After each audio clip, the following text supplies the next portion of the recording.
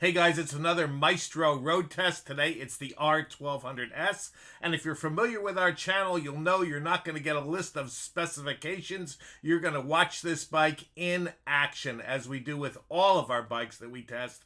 And if you like this channel and you haven't subscribed yet, we just ask you to do us the big favor by just liking, subscribing, add a comment. We'd love to interact with you, and pass the link along to your buddies. And here we go, the BMW R1200S.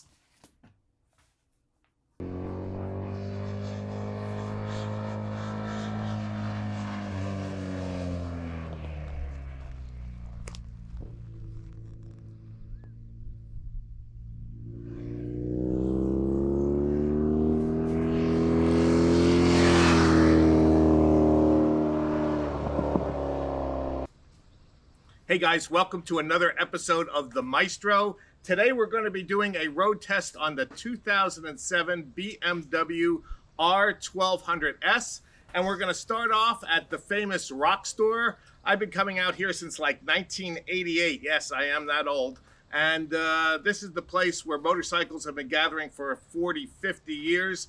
The famous Snake, which has been closed for the last a few years, is right up that way. But it's still a place where people come.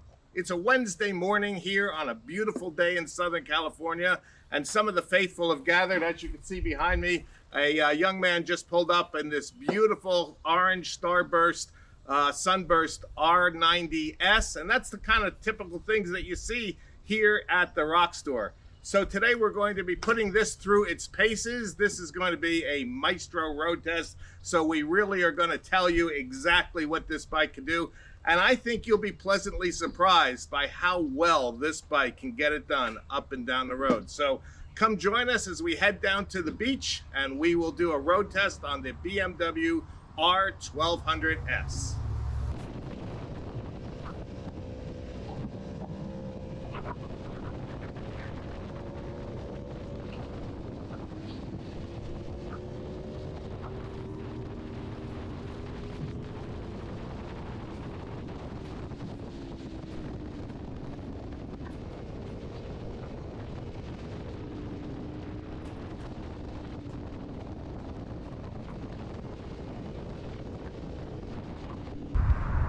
All right, well, after a little bit of a delay, and I won't bore you with the details, but it's about 2 weeks later, because I had a little problem with the fuel pump on my Tuono, but that's for another day. Anyway, we're here at beautiful Malibu at the beach. It's a little cloudy. It's what we call down here in Southern California June gloom, because it's cloudy till about 1 o'clock in the afternoon till about 4, and then the fog rolls back in. But we made it down to the beach, and I followed this beautiful R1200S down Mulholland Highway, and we're gonna get some shots going back up a little later. But what an incredible motorcycle this is to watch it ride down the road. I can't believe the cornering, the pace that this bike can carry. I mean, it's an older bike. I mean, it's almost 20 years old now, something like that, and it still can get it done. It still can handle its own. So we're going to bring in the owner of this bike, who's a very close personal friend of mine. It's Cyrus, and he's going to tell us a little bit about what he's done to it. Cyrus, come on in here. Hello. Hello. How you doing? Good. All right. Good. You're How up are a little bit high. Let's see. I think come close.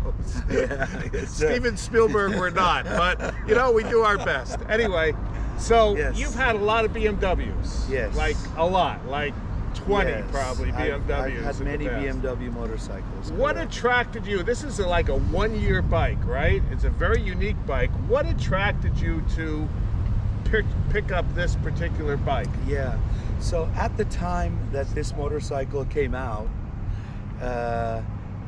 it was 2007 here in the United States. It came out in 2006 in Europe.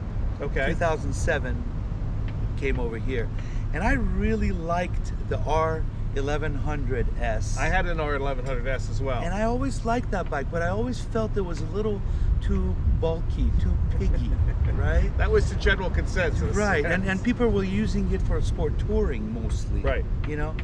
And then when they came out with this, I go, oh my God, this is exactly how I envisioned the R1100 to be. Right. It's got 122 horsepower to the crank, but I think it's got it to the wheel because it moves. And just incredible low-end grunt coming out of corners too. Right. Which is And the BMW trademark, right? Right. So that's why I liked it. So I purchased one way back then. I put another like 30, 40,000 miles on it. Sold it to a friend. You know him. I do. I do. He put another 20 or 30,000 miles on it and was able to sell it. And I found this one back east from a gentleman who was a collector, and I looked at it, and this was just exactly the way it is, minus the forged wheels that I put on off of the K1200S. All right, we'll get to that in a second. Okay. So, handling wise, I mean, I've seen you, I've followed you, we're going to have videos of you going up and down. Right. Describe to me how this bike rides. How does it do what it does so well? So this is a momentum bike. Okay. And as such, it takes corners really fast into the corner. The entry speed that I can do on this, I probably can't do on my 1200. You know, it gives me so much confidence. Following you, I'm like, I've got to focus in order to stay with this thing on my 2008 Toyota. Right. So entry speed is where it's at on this, and then just the rest of it is just momentum. I mean, it looks just solid going through the corners, just planted. Yeah, I mean, if you notice, it has a pretty long wheelbase. Yeah. But still it turns pretty good. Yeah, it's amazing. What a lot of people do to this bike is they put a lower arm on the bottom, off of the R1200 RT, right, or something, and that shortens it just about that much. And it allows it to turn a little quicker. Turns in a little bit quicker. I think this works. But I never needed it, so I never did it. But the people who have done it rave about it. I'll tell you. So this is a 2007, right? Correct.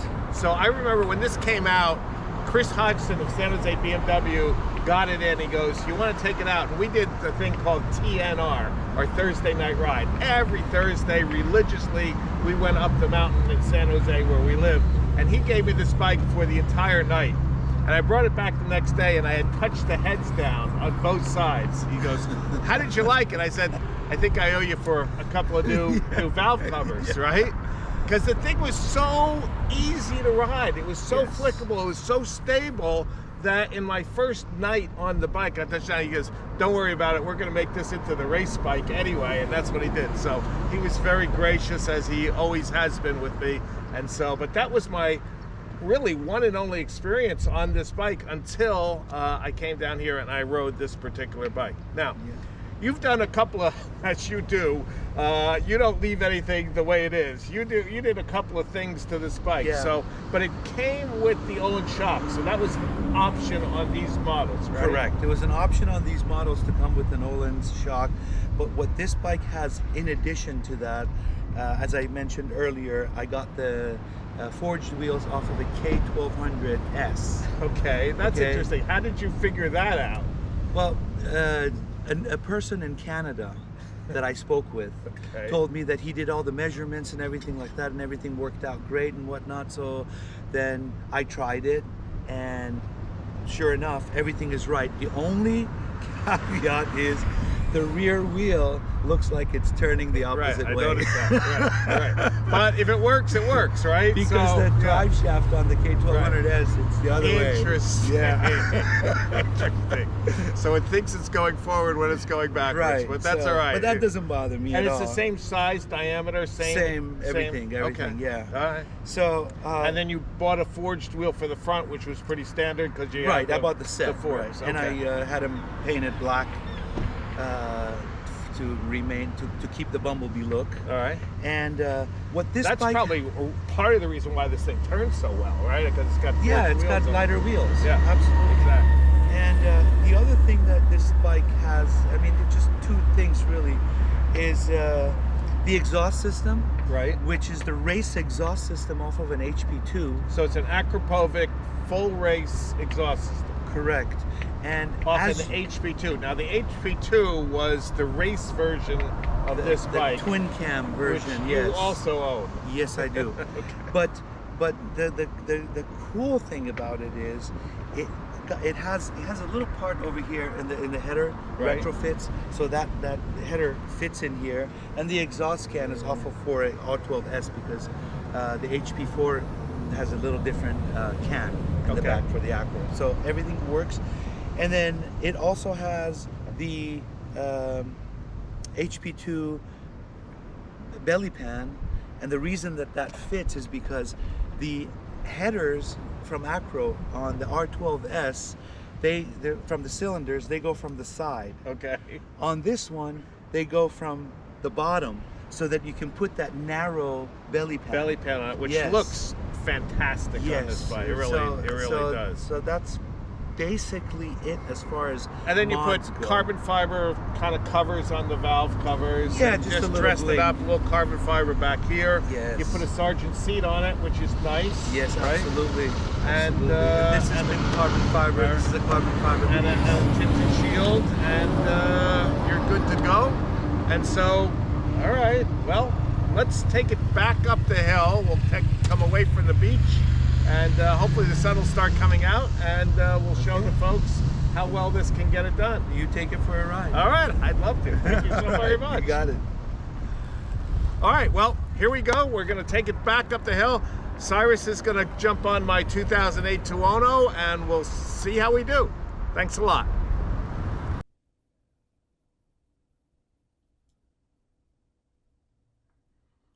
Okay, I guess I have to caveat by saying I wish I had more time on this bike. It really is that good.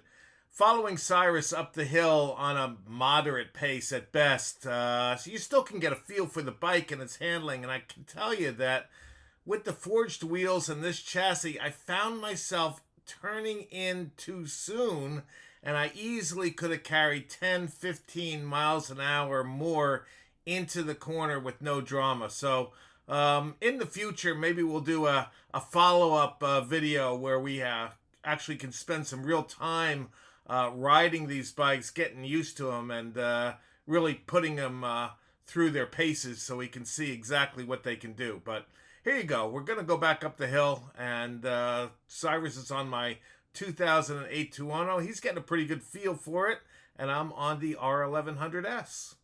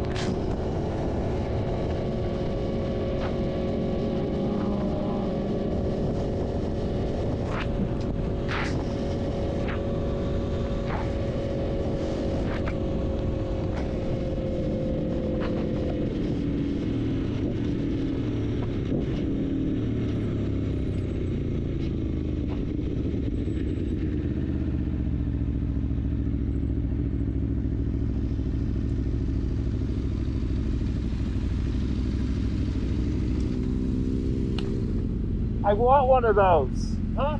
I want one of those. That was good.